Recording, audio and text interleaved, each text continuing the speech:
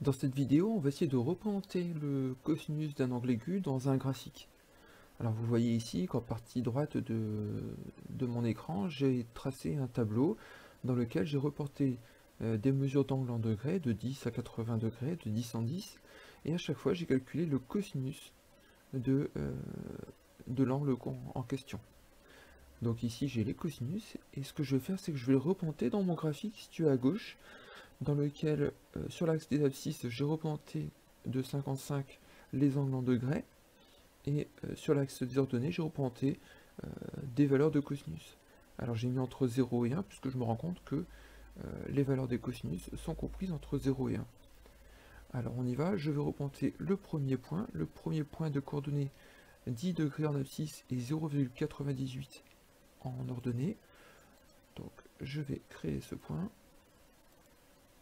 J'obtiens le point A ici. Et puis de la même façon, je vais créer les points correspondant aux autres mesures. Et j'obtiens ces points ici.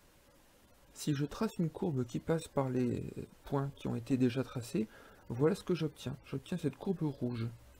Maintenant que j'ai cette courbe, je vais l'utiliser pour déterminer graphiquement le cosinus d'un angle.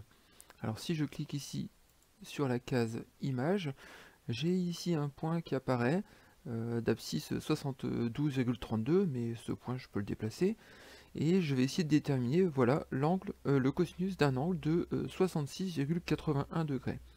Alors puisque cette courbe est construite en plaçant des points qui ont pour abscisse un angle et pour donner le cosinus de cet angle, et bien en fait je vais simplement devoir retrouver sur la courbe le point qui a pour abscisse 66,81. Il se situe à peu près ici.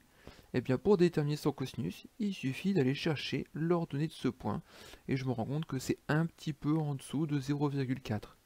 Si je clique sur le bouton c'est parti, je construis ici une ligne brisée qui permet d'obtenir ici le cosinus de 66,81.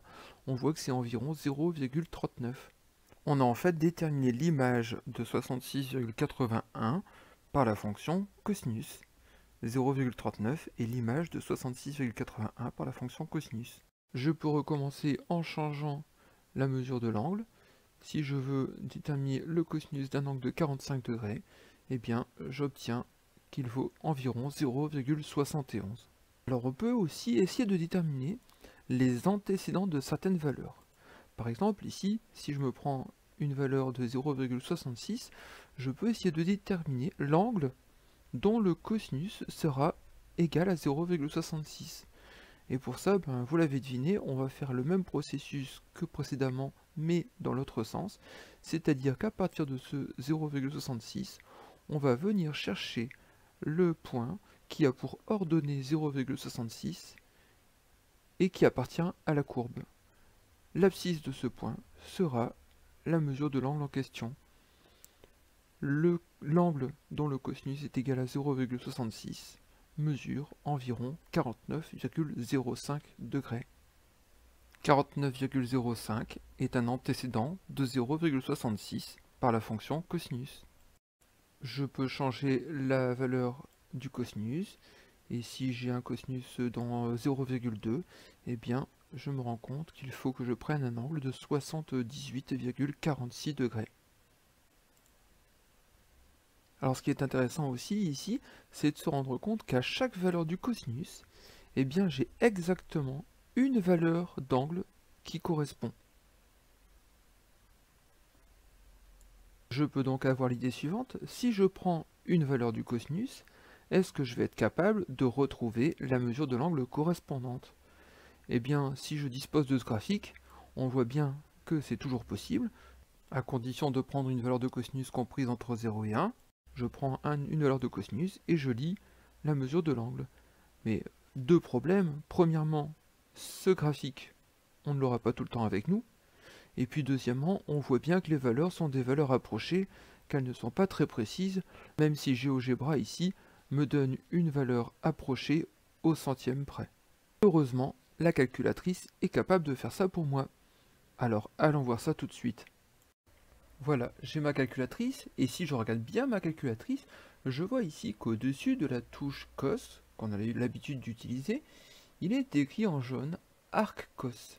Ça veut dire que pour obtenir l'arc cosinus d'un nombre, il faut que j'aille d'abord cliquer sur la touche seconde, puis sur la touche cos. Et on voit bien alors apparaître la fonction arc cos. Alors si je veux trouver l'arc cosinus de 0,6, je tape arc cos 0,6. Je peux fermer la parenthèse, mais si je ne mets pas de calcul derrière, je peux la laisser ouverte, ça va fonctionner également.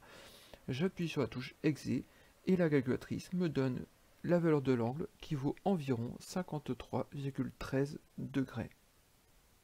Si vous utilisez la calculatrice Numworks, eh bien j'ai exactement la même chose. Au-dessus de cosinus, j'ai bien la touche arc cos. Et si vous utilisez une TI, de la même façon, au-dessus de la touche cos, on a arc cos qu'on peut obtenir en cliquant d'abord sur la touche seconde. Je peux vérifier sur mon graphique, si je prends un cosinus de 0,6, je trouve la valeur de l'angle correspondante qui vaut environ 53,13 degrés.